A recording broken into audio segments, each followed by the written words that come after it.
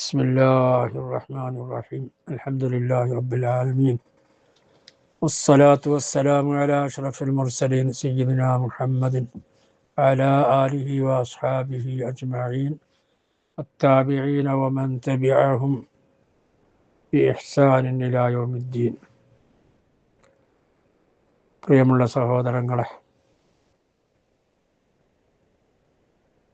ഇന്ന് വെള്ളിയാഴ്ച രാവ്, മേറാജ് രാവ്, നാളെ വെള്ളിയാഴ്ച, ഇങ്ങനെ പ്രധാനപ്പെട്ട സമയങ്ങളും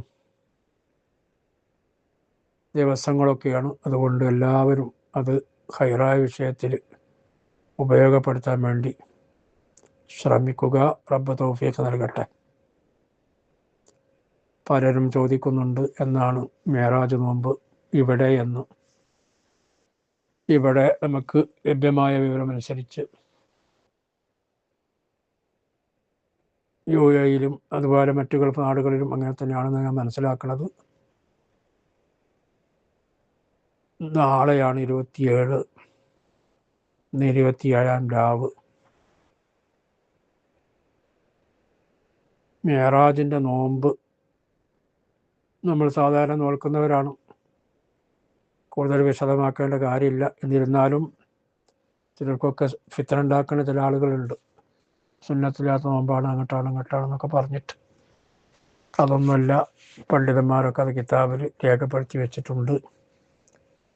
ഫത്തുൽ മുഈൻ്റെ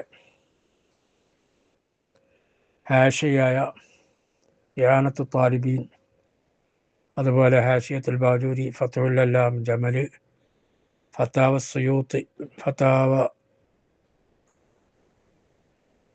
ഷാരിയാത്തി, ഇതിലെല്ലാം ഈ പറഞ്ഞ കിതാബുകളിലൊക്കെ കാണാം മേറാജിന് നോമ്പ് സുന്നത്താണെന്ന്. അതനുസരിച്ച് നമുക്ക് നോമ്പ് നിൽക്കൽ സുന്നത്തുണ്ട് എന്ന് മാത്രമല്ല, ഇഹ്യാ ഉലൂമുദ്ദീൻ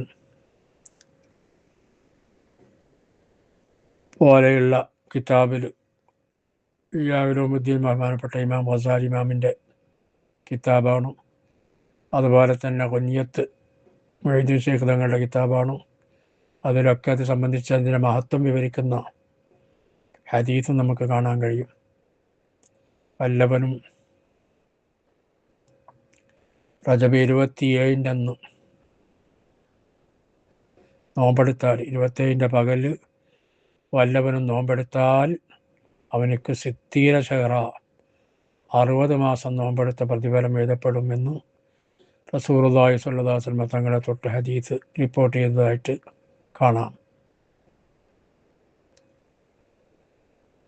60 ദിവസത്തെ നോമ്പ്, ഒരൊറ്റ ദിവസത്തെ നോമ്പിന് 60 ദിവസം നോമ്പെടുത്ത, അതായത് 1800 ദിവസം നോമ്പെടുത്ത കൂലിയാണ്. 60 മാസത്തിന് 1800 ദിവസമാണ്.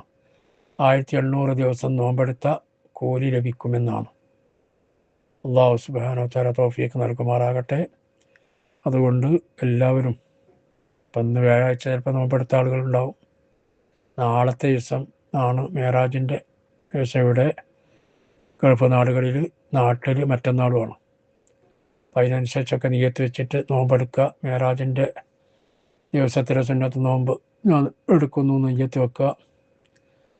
പിന്നെ നോമ്പ് ഖളായി പോയ ആളുകളുണ്ടാവും. റമദാനാണ് വരാൻ പോകുന്നത്. കഴിഞ്ഞ റമദാനിക്ക് ഖളായി പോയ ആളുകളുണ്ടെങ്കിൽ റമദാൻ വരുന്നതിന് മുമ്പായിട്ട് ഖളാ കൂട്ടണമല്ലോ. അപ്പോൾ ഇതിന് ബാക്കിയുള്ളവരുണ്ടെങ്കിൽ സ്ത്രീകൾക്കൊക്കെ പലർക്കൊക്കെ അങ്ങനെ ഉണ്ടാകും. അവരൊക്കെ എന്ത് ചെയ്യുക, നോമ്പ് ഖളാ കൂട്ടും ചെയ്യുക.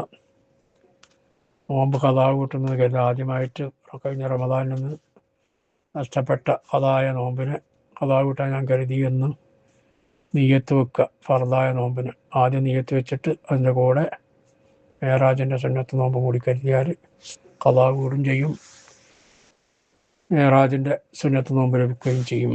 ഇൻഷാ അല്ലാഹ്. എല്ലാവരും ദുആയിൽ ഉൾപ്പെടുത്തുക.